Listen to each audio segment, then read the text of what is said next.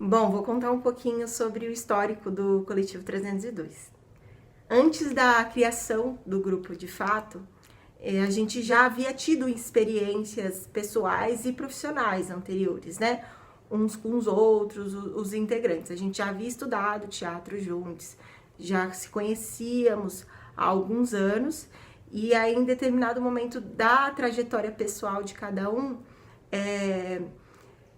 os integrantes precisaram sair da cidade para poder correr, ir atrás de outros objetivos, né, que tinham de vida. Eu, por exemplo, não saí de fato da cidade, mas eu me afastei de alguma forma dos estudos teatrais, e fui estudar outra coisa, né, fui estudar marketing, fui estudar comunicação.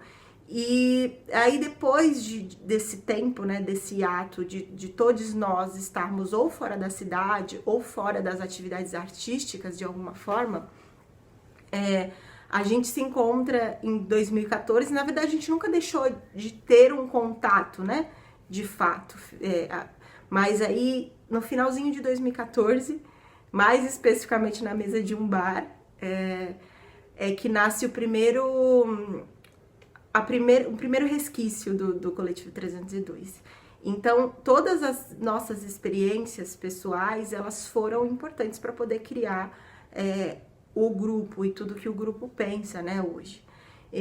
Todos nós também já tivemos experiências com arte e educação, alguns mais, outros menos, né? Já passamos, por exemplo, a dar aula ou dar oficina para crianças e adolescentes. Então, essas experiências, elas também, mais uma vez, foram importantes, né, para a criação do grupo. E aí, quando a gente volta e se encontra, né, e tem essa ideia de se formar um coletivo, a gente vem num desejo mesmo de estudar, voltar a estudar teatro, voltar a se encontrar. E aí, nesses encontros, a gente começa a entender que a gente quer falar da cidade, que a gente quer falar sobre essa experiência que é um tanto pessoal, mas que vai muito de encontro com um movimento que acontece com muitos jovens, não só da cidade, mas aqui da região, né? Que é esse movimento de sair da cidade para ir procurar alguma outra coisa, essa relação da valorização com o lugar onde se vive. Então, hoje, e acho que desde o início, né, a gente vai mudando sempre, mas o nosso trabalho está pautado em cima das atividades teatrais, educacionais, principalmente, né, também, e só que a todo momento existem outras camadas e outras áreas artísticas que vêm trazendo suas contribuições, como a própria performance, as artes visuais, as artes plásticas. Então, acabou que a gente fala, né, não é mais só um coletivo de teatro, a gente é um coletivo performativo popular. É essa frase que a gente usa hoje, porque a gente acredita que muitas coisas perpassam o nosso trabalho e não só tá mais pautado em cima do teatro convencional. A gente tem 3 espetáculos dentro da nossa trajetória, né? O primeiro foi o Onde Está o Guará, que é um espetáculo infantil, foi criado em 2016. E aí depois a gente veio com Hashtag República, que ele foi viabilizado a partir de um recurso do PROAC Editais, né? Um recurso do governo do estado, de 2017. E depois o Vila Paris, que foi uma pesquisa de 2 anos, né? E ele também foi viabilizado através de um PROAC. E além dos nossos espetáculos, a gente tem os ciclos de estudos, que eles aconteceram durante o projeto do República e durante o projeto do Vila Paris, de forma presencial, né? Eles funcionaram como uma contrapartida à sociedade, e nós trouxemos vários artistas, várias pessoas de notório saber aqui para a cidade de Cubatão, e conseguimos entregar palestras dentro das áreas técnicas e das áreas artísticas que a gente estava trabalhando no momento, o que era interessante para a região. Então, A gente contou com a presença do Alexandre Matti, Telumi Ellen, né, do Bonfante. Muitas pessoas vieram para poder, de alguma forma, colaborar com tudo que a gente estava estudando para o desenvolvimento desses espetáculos. E aí o último ciclo disso tudo, ele aconteceu através de podcast, né? Ele está disponível nas nossas plataformas de streaming, Spotify, SoundCloud. Então a gente fez em formato de podcast por conta da pandemia. Fomos tentando nos adaptar, como todo mundo está fazendo, né? E aí um outro trabalho que também aconteceu ainda dentro da pandemia foi um ciclo performativo, né? Foram vídeos que foram feitos em parceria com o Sesc Santos, onde a gente usou da pesquisa da Vila Paris, que já é uma pesquisa bastante robusta, e a partir dessa pesquisa a gente criou 4 vídeos retratos, e é possível também assistir lá no nosso canal do YouTube. Todos esses materiais que eu comentei aqui, eles estão disponíveis de alguma forma. Então, acho que basicamente é isso. O histórico, né, mais ou menos, do Coletivo 302. O Coletivo 302 tem como um dos cernes da sua linguagem a pesquisa de território em Site Specific, que consiste simplesmente em fazer uma criação específica para a cidade ou para um espaço determinado. Então, nos nossos trabalhos, e principalmente na Vila Paris, que é o nosso último trabalho, quando a gente invade a cidade, nós estamos fazendo uma tentativa de compor junto com esse território que pra gente tanto é caro. Então, diariamente, quando a gente sai na cidade, a gente sempre tem um celular, uma câmera nos nossos bolsos e nas nossas bolsas para fotografar e registrar os espaços específicos da cidade que pra gente é interessante futuramente fazer alguma composição de obra. Quando a gente começou a fazer teatro juntos, lá no finalzinho de 2014, a gente tinha o teatro como a nossa única linguagem. Mas com o passar do tempo, quando a gente foi pesquisando o território, quando a gente foi pesquisando a cidade, nós começamos a entender que estar dentro da caixa preta, que estar dentro de um espaço cênico, era um tanto limitador para a gente que queria ganhar a cidade e queria falar com mais pessoas horizontalmente, de todos os bairros, de todos os lugares, de todas as classes sociais. Então nós decidimos começar a mapear essa cidade e cartografar ela de uma maneira afetiva e de fato de uma maneira de registro. Então a gente começou a fotografar, filmar, fazer pequenas composições e guardar no nosso arquivo pessoal, para que futuramente a gente conseguisse fazer obras que estejam relacionadas com aquilo que a gente estava pesquisando naquele momento. Então, desde a Vila Paris até os vídeos retratos do Coletivo 302, eles tiveram esse procedimento de pesquisa e de linguagem como fundantes das obras. Falando um pouco do Guará, que é a nossa peça infanto-juvenil, ela está pautada também na pesquisa de território. Então, quando a gente começa a falar do mangue, quando a gente começa a falar das cachoeiras, quando a gente começa a falar da fauna e da flora presente nesse território, é uma maneira da gente trazer à luz, trazer à cena, trazer para a performance as discussões desse enredo para um público específico também. Então, sempre com apoio pedagógico, sempre com um olhar bastante afetuoso, a gente tenta trazer essa memória do nosso povo, essa memória dos nossos ancestrais de uma maneira lúdica e que ela chegue um pouco mais, como eu posso dizer, um pouco mais sonhadora, um pouco mais calorosa para quem estiver assistindo. Então, assistam Onde Está o Guará.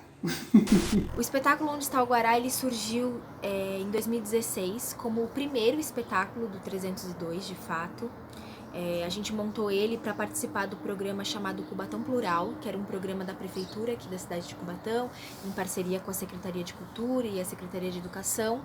E a gente apresentou o Onde Está o Guará em 10 escolas da rede pública de ensino, então a gente atingiu muitas crianças com esse espetáculo.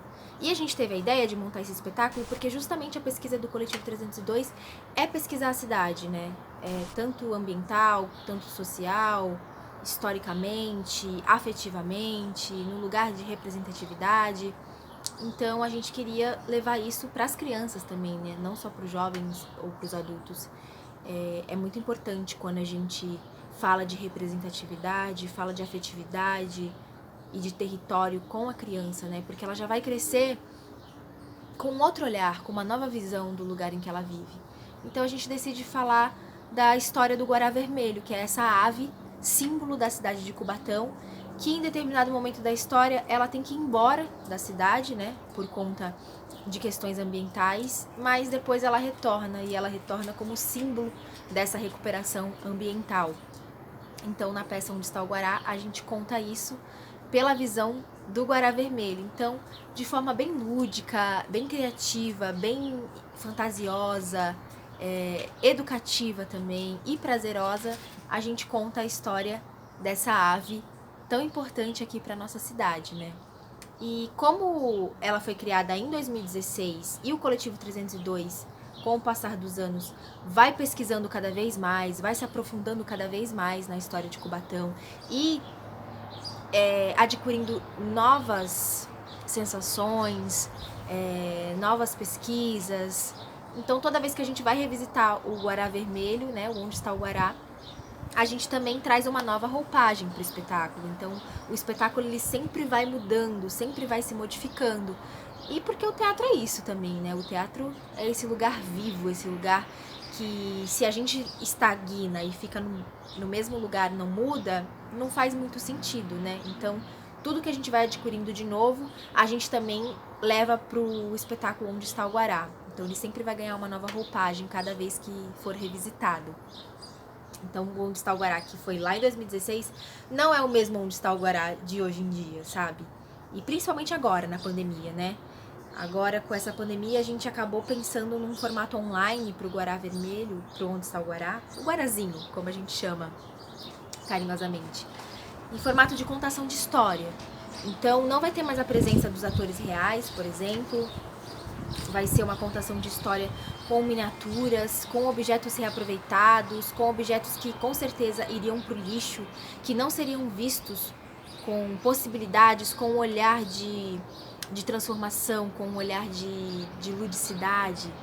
Aí a gente pega esses materiais e transforma eles em possíveis brincadeiras, fazendo com que a criança perceba que coisas dentro de casa ela consiga transformar aquela realidade daquele objeto para brincar com aquilo, já que as crianças estão muito mais em casa, né, e com muita energia para gastar, deixando as mães, os pais, enfim, quem cria cada criança louco por conta de toda essa energia acumulada dentro de casa. Então a gente decidiu pensar o Onde Está o Guará em formato online de contação de história com miniaturas. Por exemplo, a gente pega pedras e pinta essas pedrinhas, pedras que você encontra no seu quintal, que você encontra na sua rua, e pinta essa pedrinha, por exemplo, aqui ó, o guará vermelho, aqui tá o caranguejo, que é o melhor amigo do guará, e aí a gente vai contar essa história através dessas pedras, de objetos de madeira, de objetos que seriam reciclados, para contar essa história. Então seriam só a voz dos atores, filmando num mangue, filmando num cenário de Serra do Mar, essa história do Onde Está o Guará. Então ela foi bem modificada agora na pandemia, né? Mais em formato audiovisual, mas é uma nova possibilidade. Que bom que o teatro permite a gente a pensar novas possibilidades, né, para o nosso trabalho. Então, com certeza é isso. O guará que foi feito lá em 2016 não é o mesmo de agora, porque sempre vai se moldando e a gente vai construindo em cima do que a gente vai aprendendo também, do que a gente vai adquirindo de experiência, né? Então, eu acho que é isso. Todos os espetáculos, todas as obras do Coletivo 302, elas são interligadas. Eu penso como se elas fossem numa linha cronológica, sabe? E o guará, talvez seja a primeira mesmo dessa linha cronológica. Não só por ter sido o primeiro espetáculo do coletivo, mas por ser mesmo, se colocar na ordem assim, talvez ele seja o primeiro para se contar essa história. Então, basicamente, é esse o histórico do Onde Está o Guará. A gente já apresentou em escolas municipais daqui da região, já apresentou em Dia das Crianças, tanto no Parque Anelinas, quanto em escolas, foi aqui na UMI Bahia, no Bolsão. E as crianças adoram, assim, elas olham e falam, meu Deus, é a minha cidade tem tudo isso, a minha cidade tem todas essas possibilidades. Eu posso imaginar a minha cidade dessa forma. Então eu acredito que o Onde Está o Guará, além de ser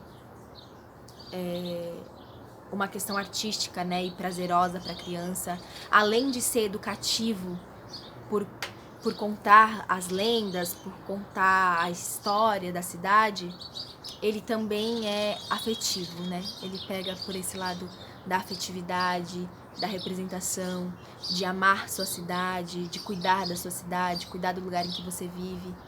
Porque a gente acredita que se desde muito pequeno o ser humano entender que você precisa cuidar do lugar que você vive, você precisa amar o lugar que você vive, com certeza você vai ser uma agente transformadora desse lugar, né? Então, basicamente é isso.